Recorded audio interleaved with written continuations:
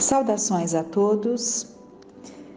No livro Instruções Psicofônicas, o organizador deste livro, Arnaldo Rocha, ele coloca várias comunicações psicofônicas vindas através do Chico Xavier em reuniões privativas de desobsessão que aconteciam quando, num determinado dia da semana, o grupo se reunia e nesse grupo de médiuns psicofônicos, médiuns esclarecedores, o Chico Xavier fazia parte, porque, aliás, a formação deste núcleo foi a pedido do próprio Chico. Então, ele fazia parte deste grupo de desobsessão, em que eles tinham ali a possibilidade de atender a espíritos em condições mais difíceis e aqueles que em condições mais difíceis procuravam ajuda, pessoas ali com dificuldades bastante acentuadas, obsessões graves. Então foi formado este núcleo para dar um atendimento mais específico, mais direcionado a esses necessitados. E era uma sessão de desobsessão, como se dá, né? Uma parte do tempo destinada ali ao esclarecimento, encaminhamento, acolhimento de espíritos em condições muito difíceis. E os minutos finais, os 15 minutos finais, ficavam para espíritos que se manifestavam, alguns instrutores, dando ali algumas orientações, outras vezes espíritos que tinham conseguido se colocar em condições melhores e vinham trazer o seu depoimento, né? A sua história de vida, digamos, né? Mostrando ali as suas dificuldades toda que tinham enfrentado até o momento em que conseguem se recompor e vem através da mediunidade trazer ali os seus ensinamentos que são tão úteis a todos nós. Então esse livro é composto por essas instruções psicofônicas, essas manifestações mediúnicas através do Chico, né? Porque a ele ficava, até então, na primeira parte do trabalho, outros médiuns também tinham o seu momento de participação, mas nessa parte final ficava para ele, né? Trazer essas manifestações.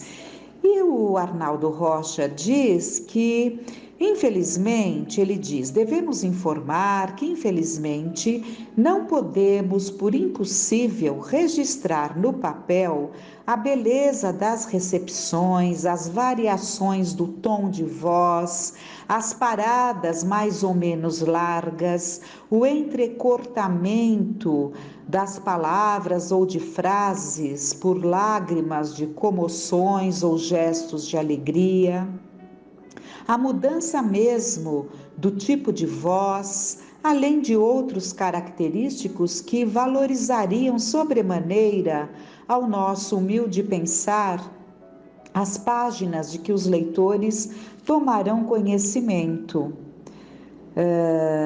Bom, o que ele está colocando é que na mensagem escrita, como é num livro, não podemos perceber, né? Não foi possível nos passar as nuances, a emoção, a variação de voz, né? Isso nos faz lembrar no Atos dos Apóstolos, quando Lucas nos relata naquela passagem que é chamada a descida do Espírito Santo, em que nós temos lá: ao cumprir-se o dia de Pentecostes, estavam todos reunidos no mesmo lugar. De repente veio do céu um som como de um vento impetuoso e encheu toda a casa onde estavam assentados. E apareceram distribuídas entre eles línguas como de fogo, e pousou uma sobre cada um deles. Todos ficaram cheios do Espírito Santo e passaram a falar em outras línguas, segundo o Espírito lhes concedia que falassem. Isso nada mais foi do que a eclosão da mediunidade dos discípulos, dos seguidores de Jesus, que manifestaram a sua fala, quer dizer, permitiram a fala do Espírito através deles, né? Permitindo inclusive a variação de tom, a variação de voz, se expressando nas mais variadas línguas. Isso foi um fato muito marcante e assim se dá na mediunidade desde sempre, né? Kardec nos traz inúmeros exemplos dessa mudança de língua, mudança de voz, e tudo isso compõe as características da mediunidade. Mas vamos então ao texto escolhido, uma despedida. Em nossa reunião da noite de 10 de março de 1955, por permissão de nossos benfeitores espirituais, no horário dedicado às palestras dos instrutores, o amigo desencarnado que conhecemos por José Gomes ocupou a organização psicofônica, falando-nos de sua penosa experiência no além. Nosso visitante, há seguramente 2 anos, passou pelos serviços assistenciais de nossa agremiação, desorientado e aflito, voltando até nós, agora calmo e consciente, para relatar-nos sua história, por intermédio da qual nos faz sentir toda a gama de sofrimentos em que se enleou depois do homicídio em que se comprometeu na terra. Uma despedida oferece-nos amplo material para meditação e para estudo. Tudo isso é por volta de 1952, quando é feito o prefácio desse livro assinado por Emmanuel Pedro Leopoldo. Então é por ocasião desta época que se deu essa comunicação. Trazido até aqui, começa então o espírito, né? José Gomes. Trazido até aqui por devotados benfeitores, venho agradecer-vos e despedir-me. Há quase 2 anos fui socorrido nesta casa, fazendo-se luz nas trevas de minha alma.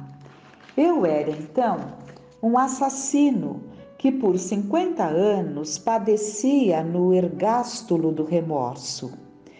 Crendo preservar a minha felicidade, apunhalei um amigo, instigado pela mulher que eu amava, e apoiando-me na desculpa de legítima defesa, consegui a absolvição na justiça terrestre.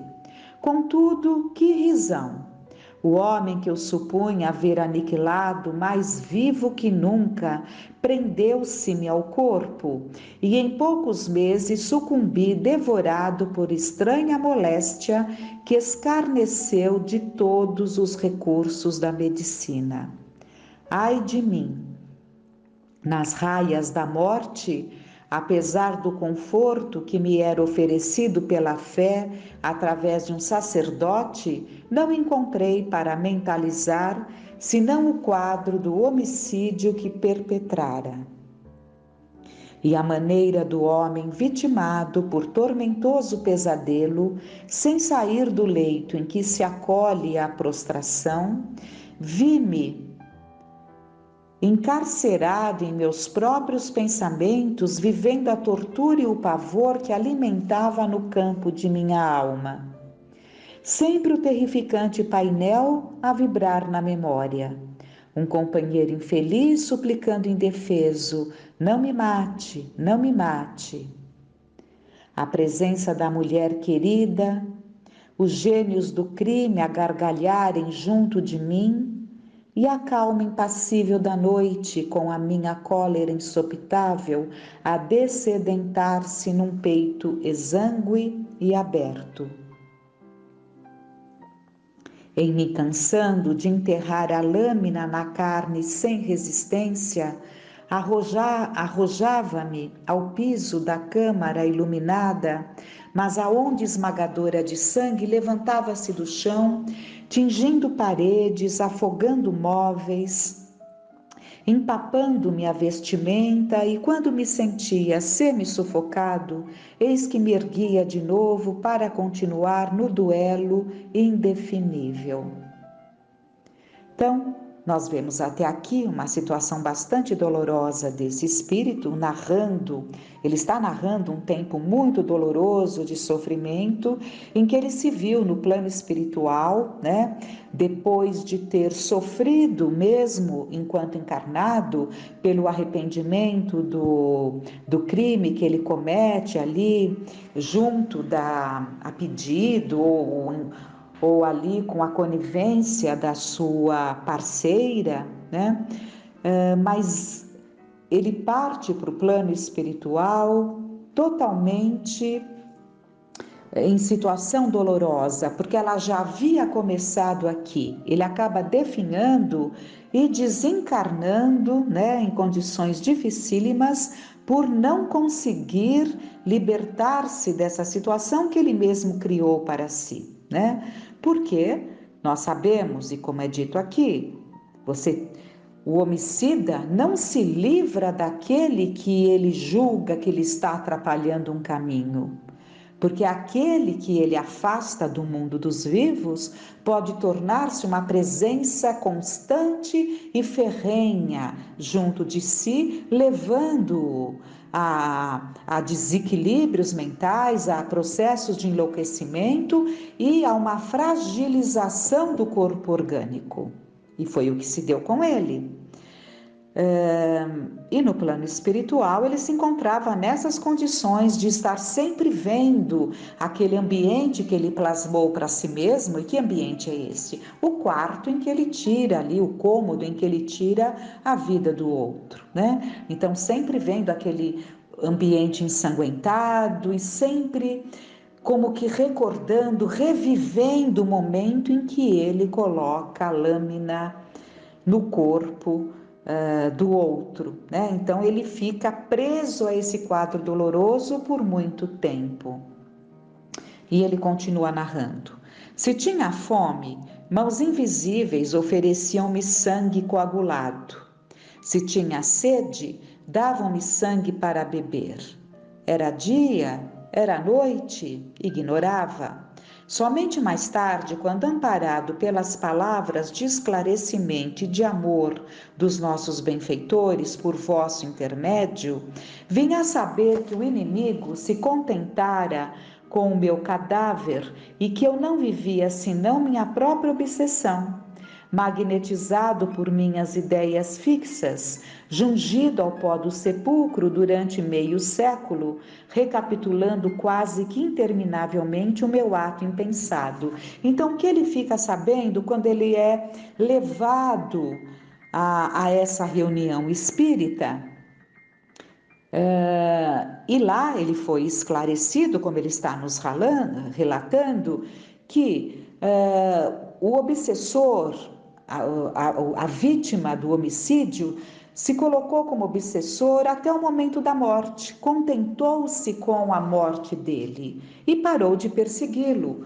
Mas ele, mesmo sem a presença, ele em espírito, mesmo sem a presença do obsessor, ele mesmo se auto-obsediava, né? Ele mesmo, sentindo-se culpado, né? Vivia a própria obsessão, que é a auto-obsessão, né? E ele continua: circunscrito à alcova fatídica que jazia em minhas reminiscências, passei da extrema cegueira desmedida à aflição.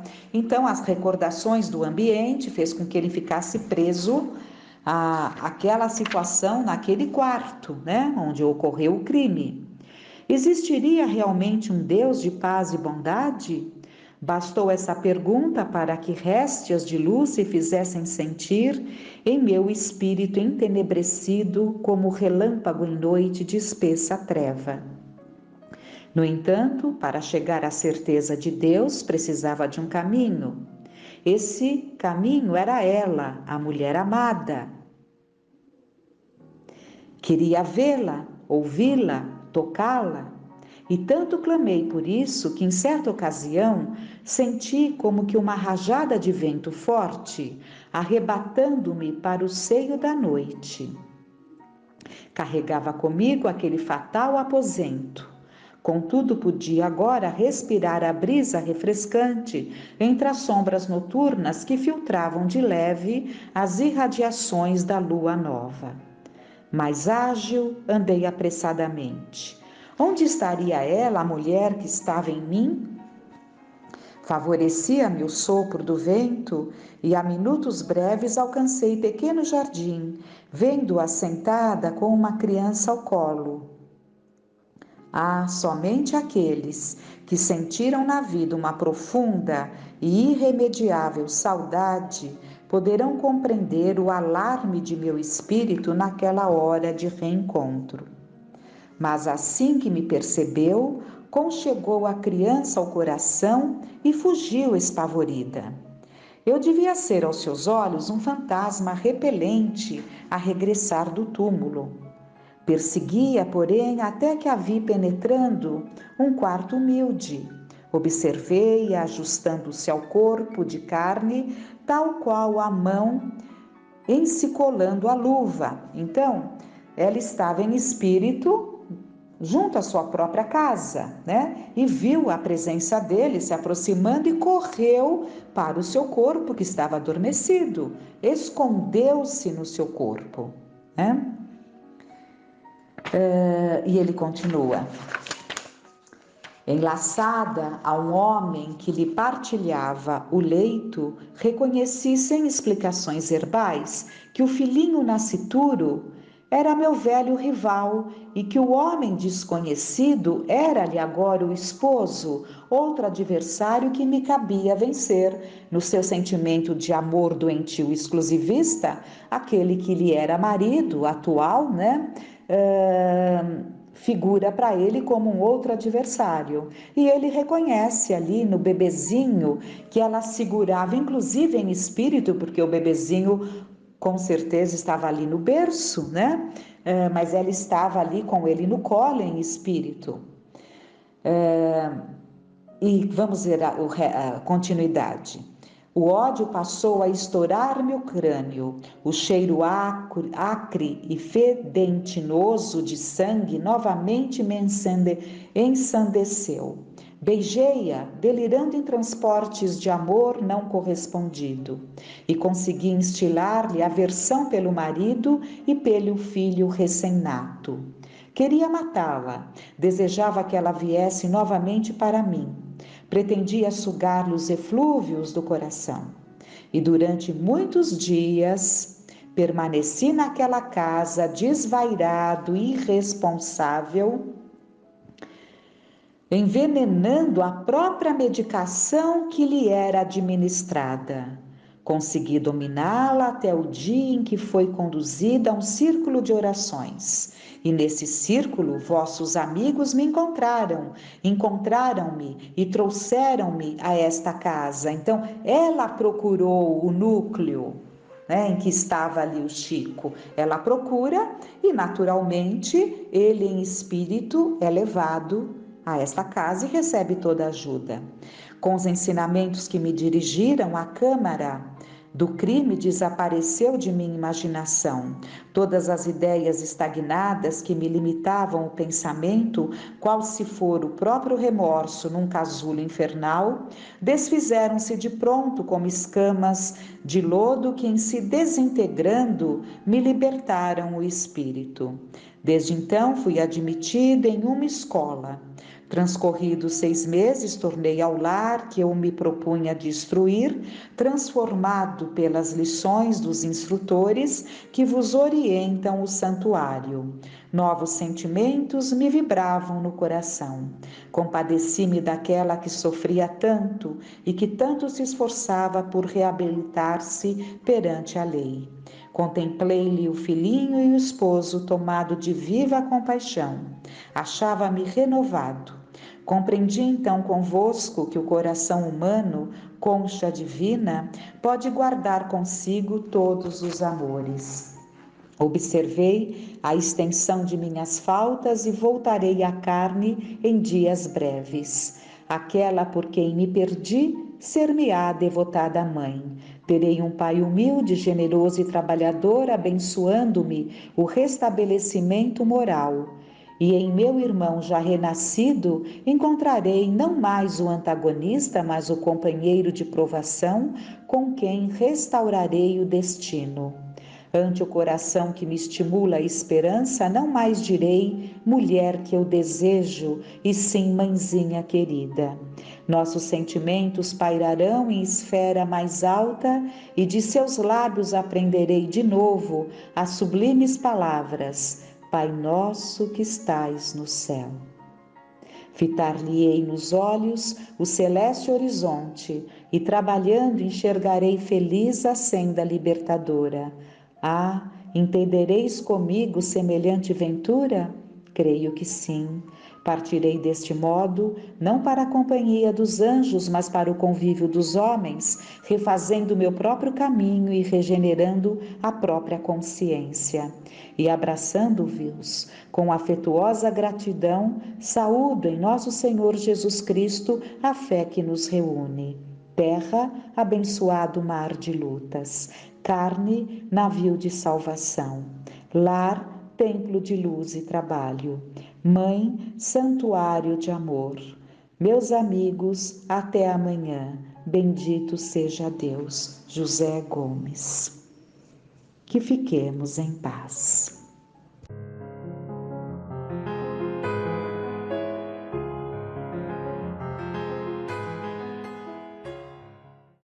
Olá pessoal, tudo bem?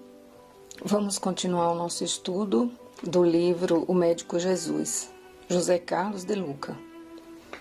Os capítulos nesse livro são bem curtos, né? Alguns são só uma página, então dá para a gente estudar alguns em cada dia de estudo. Vamos para o 9. Sem reclamação. Se disseres ante um problema que surge, isso não é nada, de fato, o problema será nada. Pode até ser que seja alguma coisa, mas gradativamente se reduzirá de tamanho e complexidade. É uma orientação do irmão José no livro De Ânimo Firme, uma psicografia de Carlos Bacelli, Didier Editora.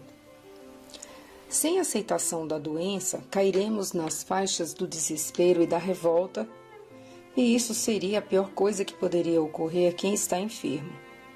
Ninguém consegue mudar algo que não aceita. Enquanto estivermos reclamando da doença, perderemos precioso tempo na conquista da saúde. Pare de brigar com a situação. Faça as pazes com a enfermidade, pois sem boa vontade jamais conseguiremos vencer qualquer impedimento. A reclamação é uma bomba jogada no terreno da nossa vida. É uma energia negativa que apenas faz crescer aquilo que nos incomoda. Quando se deparou com um paralítico junto ao poço de Betesda, Jesus indagou ao enfermo se ele gostaria de ser curado. Essa passagem em João 5, 1 a 15. Em vez de responder afirmativamente, o paralítico apresentou uma série de reclamações a respeito das pessoas que não o ajudavam a entrar no poço, cujas águas eram tidas como milagrosas. O médico Jesus não falou uma palavra sequer sobre as reclamações do paralítico. Mudou de assunto. Simplesmente apresentou ao enfermo um roteiro para a cura. Levanta-te, toma a tua cama e anda. Levantar é sair do chão do vitimismo e da reclamação. É assumir uma nova condição que nasce com o desejo de aprender a mensagem que a enfermidade nos trouxe. Tomar a cama é assumir o controle da doença e não ser controlado por ela. É ter a certeza de ser o personagem mais importante no processo da própria cura. Andar é o convite que Jesus nos faz para seguirmos adiante, avançarmos, fazermos as mudanças necessárias para atingir uma nova fase em nossa vida. Não podemos estacionar nas avenidas da inércia. Doenças, Gostam de cama, de sofá, de pijamas, de ociosidade. Pare de reclamar. Siga a receita de Jesus.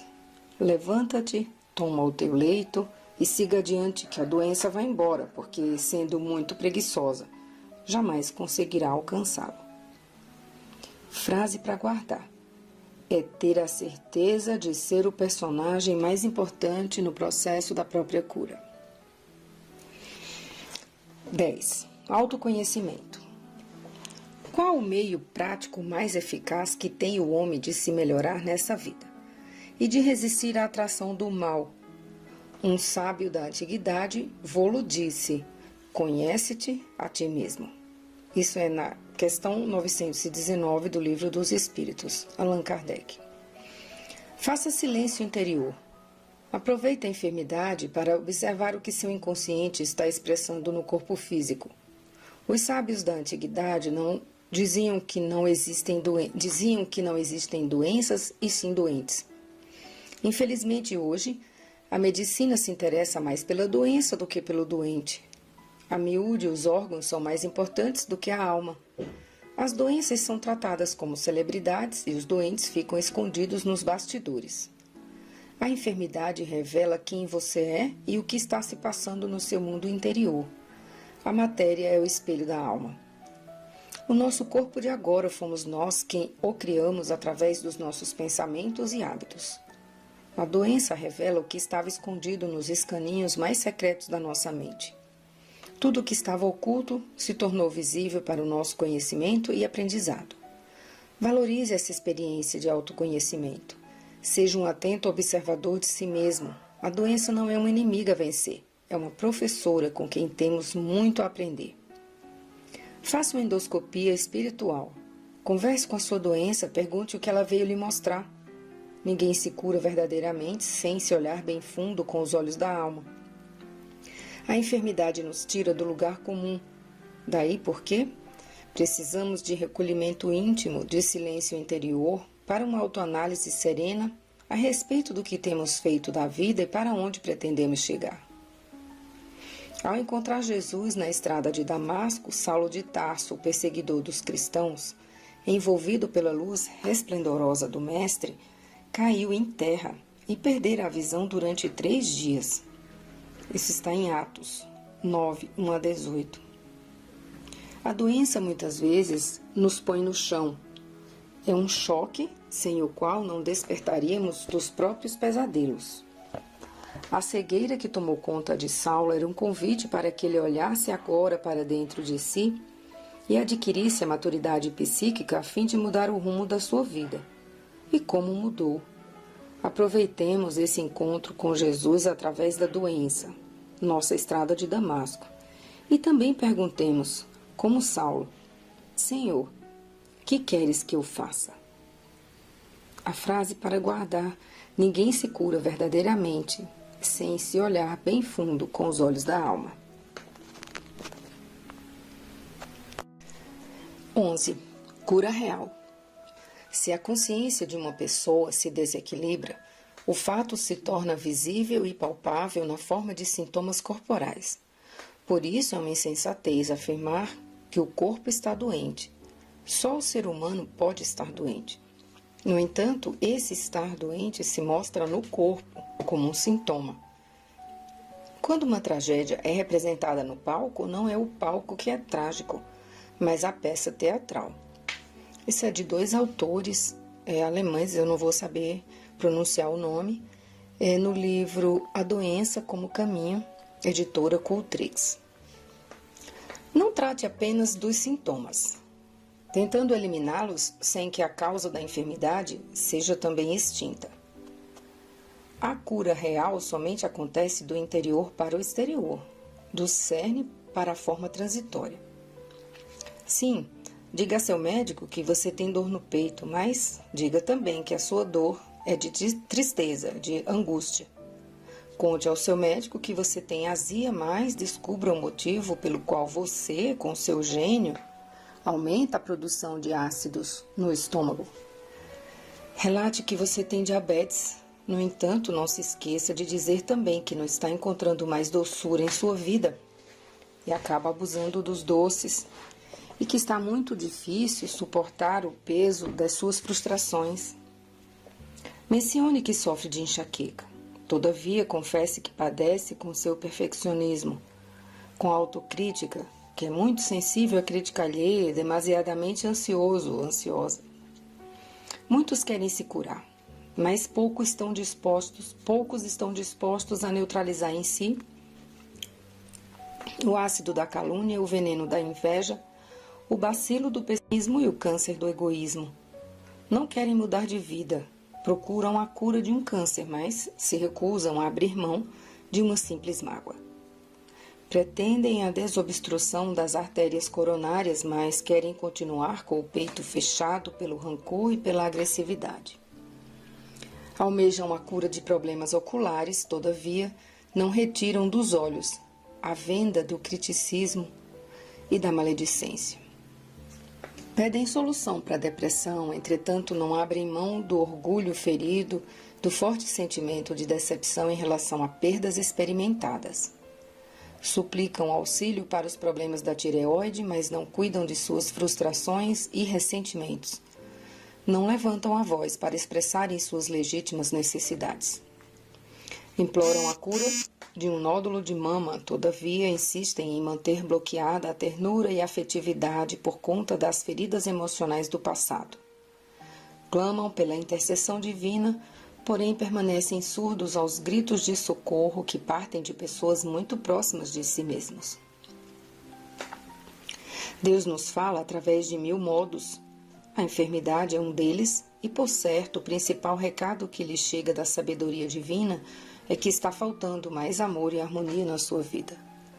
Toda cura sempre é uma autocura, e o Evangelho de Jesus é a farmácia onde encontraremos os remédios que nos curam por dentro. Há 2000 anos, esses remédios estão à nossa disposição. Quando nos decidiremos? Frase para guardar. Toda cura sempre é uma autocura, e o Evangelho de Jesus é a farmácia onde encontraremos os remédios que nos curam por dentro.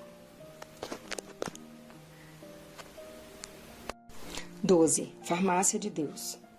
Receberemos pela oração o concurso espiritual, rogando a Jesus para que os nossos corações sejam fortificados no caminho de dor e luz em que nos encontramos. Uma frase de Bezerra de Menezes.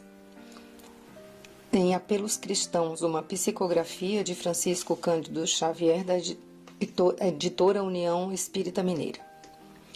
Muitas doenças poderiam ser evitadas se o homem cultivasse o hábito da oração. O mesmo tempo que se emprega para a queixa e a maledicência poderia ser dedicado ao contato com o Pai que nos ama, mas que invariavelmente encontra-nos com os ouvidos voltados para os desequilíbrios do mundo.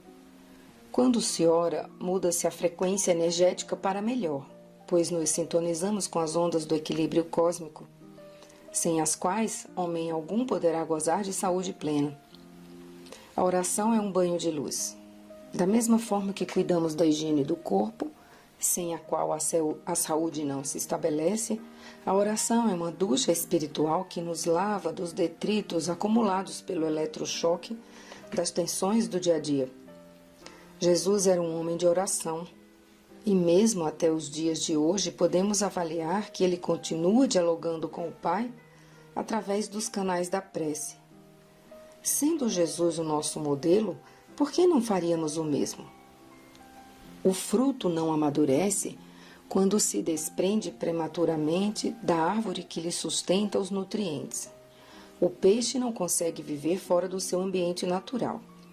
Da mesma forma, o homem não conseguirá viver feliz e ter saúde longe do amor de Deus. A oração é, ao lado da caridade, o fio que nos liga ao amor divino pelas palavras que brotam do nosso coração.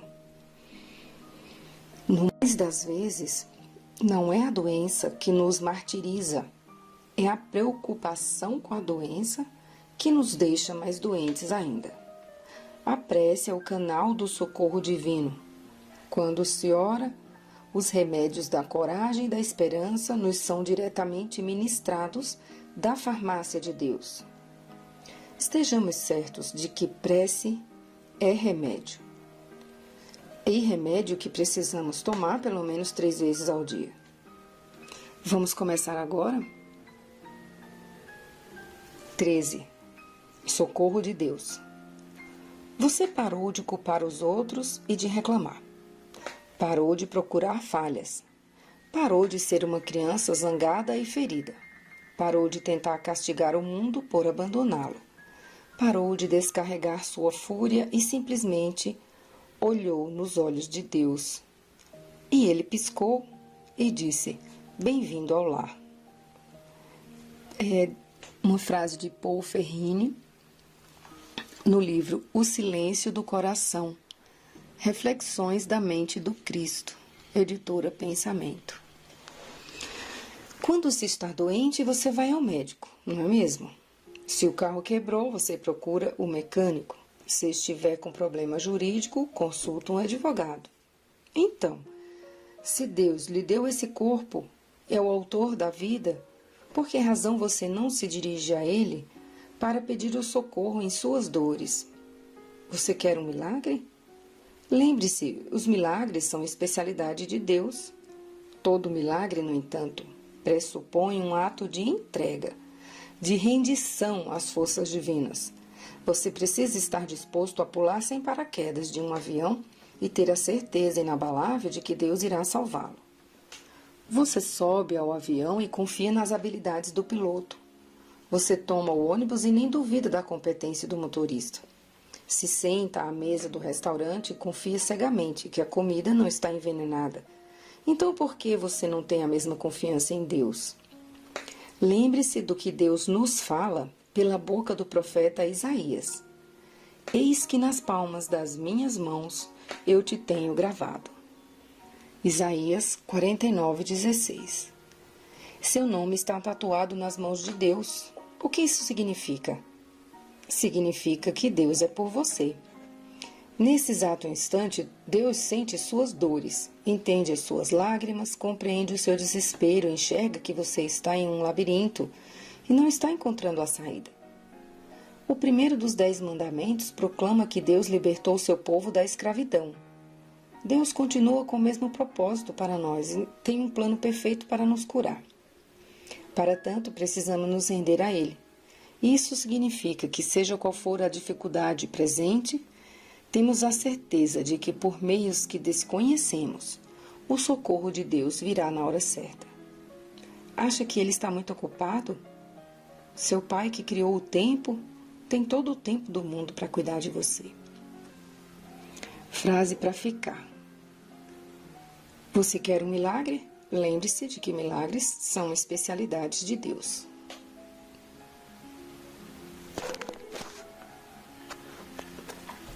(14) 3 remédios.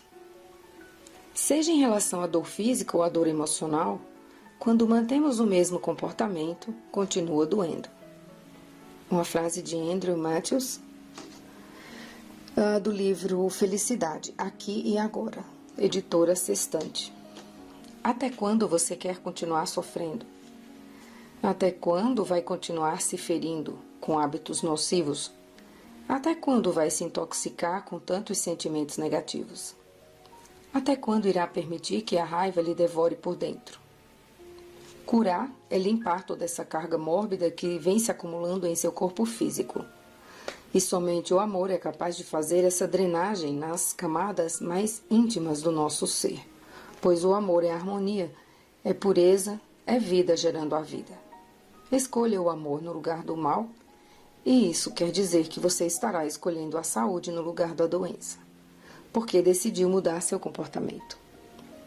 Jesus de Nazaré nos indicou 3 remédios de larga eficácia para as enfermidades, que, uma vez utilizados, promoverão uma faxina interior capaz de restaurar a saúde. São eles: perdão, fé e amor. Com o perdão, você se limpa de mágoas e culpas e se livra de vibrações energéticas prejudiciais à sua saúde.